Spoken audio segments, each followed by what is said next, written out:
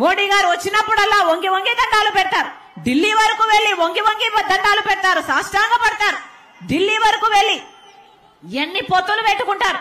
అసలు వీళ్ళందరికీ పొత్తులు ఉన్నాయా లేదా మీ అందరికీ అర్థమవుతుందా లేదా రాష్ట్ర ప్రజలు ఆలోచన చేయాలి. అసలు మొత్తం అందరూ చంద్రబాబు గారైనా జగన్మోహన్ రెడ్డి గారైనా మనకు కంటికి కనిపించినా కనిపించకపోయినా బీజేపీ పార్టీతో వీళ్లకు పొత్తులు ఉన్నాయి అన్న మాట వాస్తవం. ఇది బహిరంగ సత్యం. ఎందుకంటే ప్రతి విషయంలోనూ మోడీకి అండగా నిలబడ్డారు. ప్రతి బిల్లుకు మోడీకి సహాయం చేశారు.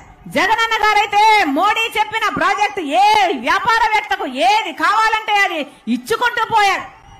ఎక్కడ ఏ సాయం కావాలంటే ఆ సాయం చేసుకుంటూ పోయారు. ఏ పదవి కావాలంటే అది ఇచ్చుకుంటూ పోయారు. ఎంపీ అయినా టిటిడి అయినా ఏదైనా.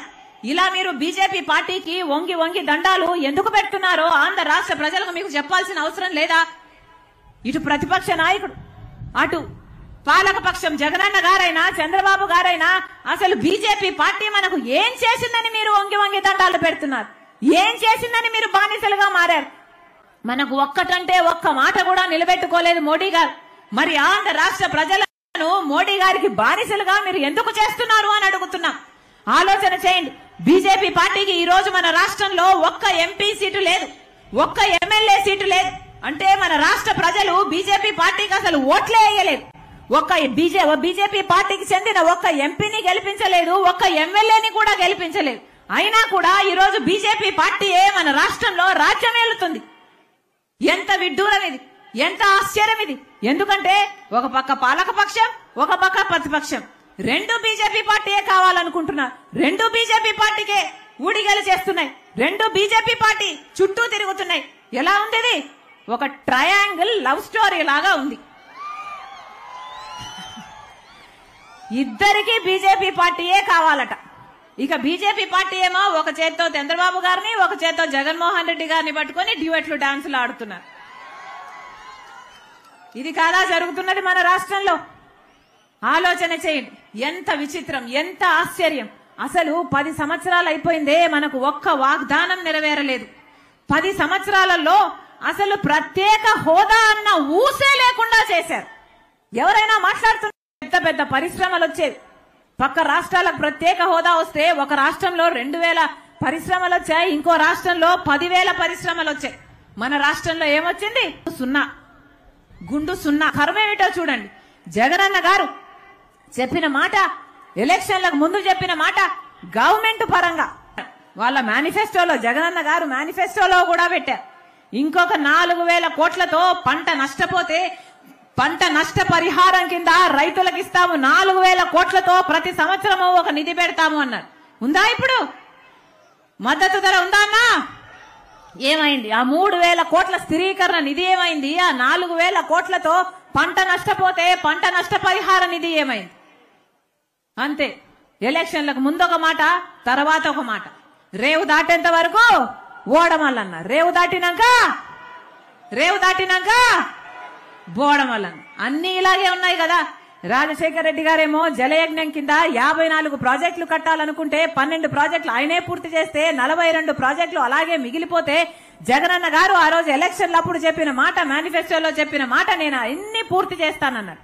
ఎన్ని పూర్తి చేశాడు? కనీసం 10 అయినా పూర్తి చేశాడా? 5 అయినా పూర్తి చేశాడా? ఎన్ని పూర్తి చేశారు? ఏదైనా అంతేనా? ఏదైనా రాజకీయాల కోసమే, ఏదైనా ఓట్ల కోసమేనా? ఎలక్షన్లకు ముందు ఒక మాట, ఎలక్షన్ల తర్వాత ఒక మాట. ఏరు దాటేంత వరకే ఓడమల్లన్న, ఏరు దాటినాక బోడమల్లన్న. వీళ్ళ నాయకులు మాట తప్పము మడమ తిప్పము అని చెప్పుకుంటున్నారు. వీళ్ళ నాయకులు, వీళ్ళ రాజశేఖర రెడ్డి గారి వారసులు. ముమ్మాటికి కాదు. 10 సంవత్సరాలు అయిపోయింది. ఒక ప్రజలను ముంచిన వాళ్ళు ఎవరు, మోసం చేసిన వాళ్ళు ఎవరు అంటే, ఒకవైపు చంద్రబాబు గారు, ఒకవైపు జగనన్న గారు, పైన మోడీ గారు. వీళ్ళ ఆంధ్ర రాష్ట్రం కోసం పోరాడేది, ప్రత్యేక హోదా కోసం వీరకు ఆరాటం ఉందా? పోరాటం చేస్తున్నారా? వీళ్ళ ప్రత్యేక హోదా తెచ్చేది ఇచ్చేది ముమ్మాటికి కాదు. వీళ్ళు మోసం చేసేవారు. ఓట్ల కోసం ఎంతకైనా దిగజారేవాళ్ళు. వాళ్ళ స్వలాభం కోసం ప్రజలను ఎంతకైనా తాకట్టు పెట్టేవాళ్ళు. వీళ్ళ ఆంధ్ర రాష్ట్ర ప్రజల గురించి ఆలోచన చేసేది. ఈ రోజు మేము చెప్తున్నాం, కాంగ్రెస్ పార్టీ చెప్తుంది, కాంగ్రెస్ పార్టీ అధ్యక్షురాలుగా మేము చెప్తున్నాం, మేము ఆంధ్ర రాష్ట్రానికి ప్రత్యేక హోదా రావాలి అని కట్టుబడి ఉన్నాం. ఆంధ్ర రాష్ట్రానికి ప్రత్యేక హోదా వచ్చేంత వరకు కాంగ్రెస్ పార్టీ అలుపెరుగని పోరాటం చేస్తుంది. మేము పోరాడుతాం, మేము సాధిస్తాం. మళ్ళీ చెప్తున్నాం, ఆంధ్ర రాష్ట్రానికి ప్రత్యేక హోదా వచ్చేంత వరకు కాంగ్రెస్ పార్టీ కట్టుబడి ఉంది. అంతేకాదు, మొన్న జరిగిన కాంగ్రెస్ వర్కింగ్ కమిటీ ప్లీనరీలో కూడా ఆంధ్ర రాష్ట్రానికి ప్రత్యేక హోదా కావాలి, ఇది అవసరము అని ఒక తీర్మానం కూడా చేసింది కాంగ్రెస్ వర్కింగ్ కమిటీ. ఈ రోజు చెప్తున్నాం, ఈ రోజు ప్రత్యేక హోదా డిక్లరేషన్ అంటూ కాంగ్రెస్ పార్టీ ఆంధ్ర రాష్ట్ర ప్రజలకు ఒక హామీ ఇస్తుంది, మాటిస్తున్నాం. 5 సంవత్సరాలు కాదు, 10 సంవత్సరాలు, 10 సంవత్సరాల ప్రత్యేక హోదా కాంగ్రెస్ పార్టీ ఇస్తుంది. 10 సంవత్సరాల ప్రత్యేక హోదా కాంగ్రెస్ పార్టీ అధికారంలోకి వచ్చిన వెంటనే ఆంధ్ర రాష్ట్రంలో అమలు చేస్తాం. 10 సంవత్సరాలుగా మోడీ గారు ఆంధ్ర రాష్ట్ర ప్రజలను మోసమే చేశారు. మేము చెప్తున్నాం, అధికారంలోకి వచ్చిన వెంటనే మొట్టమొదటి కేబినెట్ లోనే 10 సంవత్సరాల ప్రత్యేక హోదా ఆంధ్ర రాష్ట్రానికి వచ్చేటాడు కాంగ్రెస్ పార్టీ చేస్తుంది. రాహుల్ గాంధీ గారు మాటిచ్చారు, మొట్టమొదటి సంతకం మీ అందరి సాక్షిగా మాటిస్తుంది కాంగ్రెస్ పార్టీ. ఈరోజు ఆంధ్ర రాష్ట్ర ప్రజలు నిర్ణయించుకోవాలి, ఒక నిర్ణయం తీసుకోవాలి. మీకు ఆంధ్ర రాష్ట్ర ప్రజలకు ప్రత్యేక హోదా కోసం పోరాడే వాళ్ళు కావాలా, లేకపోతే ప్రత్యేక హోదాను తాకట్టు పెట్టే వాళ్ళు కావాలి? ప్రత్యేక హోదా కోసం పోరాడుతున్నది కాంగ్రెస్ పార్టీ. ప్రత్యేక హోదాను రాష్ట్రాన్ని నాశనం చేయడానికే బయలుదేరారు, రాష్ట్రాన్ని నాశనం చేయడానికే పుట్టినట్టుగా ఉంది. ఎంత అన్యాయం, ఎంత అన్యాయం. మళ్ళీ చెప్తున్నా, రాజశేఖర రెడ్డి బిడ్డను నేను.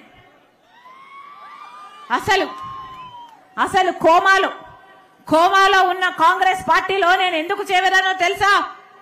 ఎందుకంటే కోమాలో ఉన్నప్పటికీ కూడా కాంగ్రెస్ పార్టీ మాత్రమే ప్రత్యేక హోదా మీద చిత్తశుద్ధి కలిగి ఉంది కాబట్టి, ఒక్క కాంగ్రెస్ పార్టీ మాత్రమే ప్రత్యేక హోదా తెస్తుంది కాబట్టి, ప్రత్యేక హోదా గురించి ఈరోజు ఏ ఒక్క పార్టీకి, ఏ ఇతర పార్టీకి ఆరాటం లేదు, పోరాటం చేయలేదు.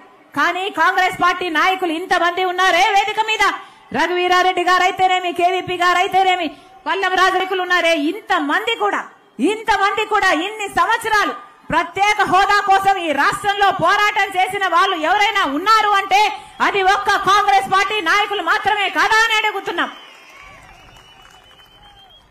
మళ్ళీ చెప్తున్నాం, ఇది ప్రత్యేక హోదా కోసం ఆరాటపడే వాళ్ళ మధ్య, ప్రత్యేక హోదాను తాకట్టు పెట్టే వాళ్ళ మధ్య జరుగుతున్న పోరాటం. ఈ ఎన్నికల్లో ప్రజలందరూ ఒక నిర్ణయం తీసుకోవాలి. ఈ రోజు రాజశేఖర రెడ్డి బిడ్డ ఒక నిర్ణయం తీసుకుని కాంగ్రెస్ పార్టీలో చేరింది. కాంగ్రెస్ పార్టీ కోమాలో ఉన్నప్పటికీ ఒక కాంగ్రెస్ పార్టీ మాత్రమే ప్రత్యేక హోదాకు తెచ్చే సత్తా ఉంది, తెచ్చే చిత్తశుద్ధి ఉంది కాబట్టే ఈ రోజు కాంగ్రెస్ పార్టీలో చేరింది రాజశేఖర రెడ్డి బిడ్డ. రాహుల్ గాంధీ గారి మాట పట్టుకొని రాజశేఖర రెడ్డి బిడ్డ మీ ముందుకు వచ్చింది. మీరు గెలిపించండి, మీరు ఆశీర్వదించండి, ప్రత్యేక హోదాను మీ ఇంటికి తీసుకొస్తా. ప్రత్యేక హోదానే కాదు, రాజన్న సంక్షేమ పాలనలో ప్రతి పథకము మళ్ళీ రైతన్న రాజైతాడు, మన బిడ్డలకు ఉద్యోగాలు వస్తాయి, ఇల్లు లేని ప్రతి పేద కుటుంబానికి ఒక ఇల్లు ఉంటుంది. మొన్ననే కాంగ్రెస్ పార్టీ ఒక అద్భుతమైన పథకం, ఇందిరమ్మ అభయం అని ఒక అద్భుతమైన పథకం కూడా ప్రవేశపెట్టాం. ఈ పథకం ప్రకారం ప్రతి పేద ఇంటికి ప్రతి నెల 5,000 రూపాయలు ఆ ఇంటి మహిళ చేతుల్లో, డైరెక్ట్ గా ఇంటి మహిళ అకౌంట్ కే వచ్చేటట్టు చేస్తాం. ఇందిరమ్మ అభయం పేదరిక నిర్మూలన కోసం, అసమానతలు తొలగించడం కోసం కాంగ్రెస్ పార్టీ ప్రత్యేకంగా ప్రవేశపెట్టిన పథకం. ఇందిరమ్మ అభయం ఇంటింటికి 5,000 ప్రతి నెల, ప్రతి మహిళకు, ప్రతి పేద మహిళకు 5,000 ఇచ్చే పథకం. ఈ రోజు పేదవాడి గురించి ఆలోచన చేస్తున్న ఏకైక పార్టీ కాంగ్రెస్ పార్టీ. ఒక పక్క 5,000 ఇస్తామని సంక్షేమం గురించి ఆలోచన చేస్తున్నాం, ఇంకో పక్క ప్రత్యేక హోదా కోసం కొట్లాడుతూ అభివృద్ధి గురించి కూడా ఆలోచన చేస్తున్న ఏకైక పార్టీ కాంగ్రెస్ పార్టీ. మీరు ఆశీర్వదించండి రాజశేఖర రెడ్డి బిడ్డను. నేను, నా గుండెలో నిజాయితీ ఉంది, నా పుట్టింటికి మేలు చేయాలి, నా పుట్టింటికి అన్యాయం జరుగుతుంది కాబట్టే ఆంధ్రప్రదేశ్ రాజకీయాలకి అడుగు పెట్టారు. పులి కడుపున పులే పుడుతుంది. మీరు ఆశీర్వదించండి ప్రత్యేక హోదా మన రాష్ట్రానికి 10 సంవత్సరాలకు తీసుకొస్తుందని రాజశేఖర రెడ్డి బిడ్డ మీకు మాటిస్తుంది.